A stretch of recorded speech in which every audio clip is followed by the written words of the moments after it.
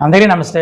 మన రాష్ట్ర ముఖ్యమంత్రి శ్రీ నారా చంద్రబాబు నాయుడు గారు ఆయన ముఖ్యమంత్రిగా బాధ్యతలు స్వీకరించగానే మొట్టమొదటిగా 5 సంతకాలు ఏ ఫైల్స్ మీద అయితే చేస్తున్నారో ఆ మ్యాటర్స్ ఏవైతే ఉన్నాయో వాటన్నిటిని ఆమోదిస్తూను క్యాబినెట్ అప్రూవ్ చేస్తూ నిర్ణయం తీసుకోవడం జరిగింది. అవి ఏంటి అంటే మొట్టమొదటిగా మెగా డిఎస్సి 16,000కు పైగా టీచర్ పోస్టులను భర్తీ చేయడం. రెండవది ఏంటి అంటే ల్యాండ్ టైటిలింగ్ యాక్ట్ రద్దు. మూడవది ఏంటి అంటే సామాజిక పెన్షన్లు పెంచడం, ఓల్డేజ్ పెన్షన్‌ని 3,000 నుంచి 4,000కి పెంచడం. నాలుగవది ఏంటి అంటే అన్నా క్యాంటీన్స్‌ని పునఃప్రారంభించడం. ఐదవది ఏంటి అంటే స్కిల్ సెన్సెస్.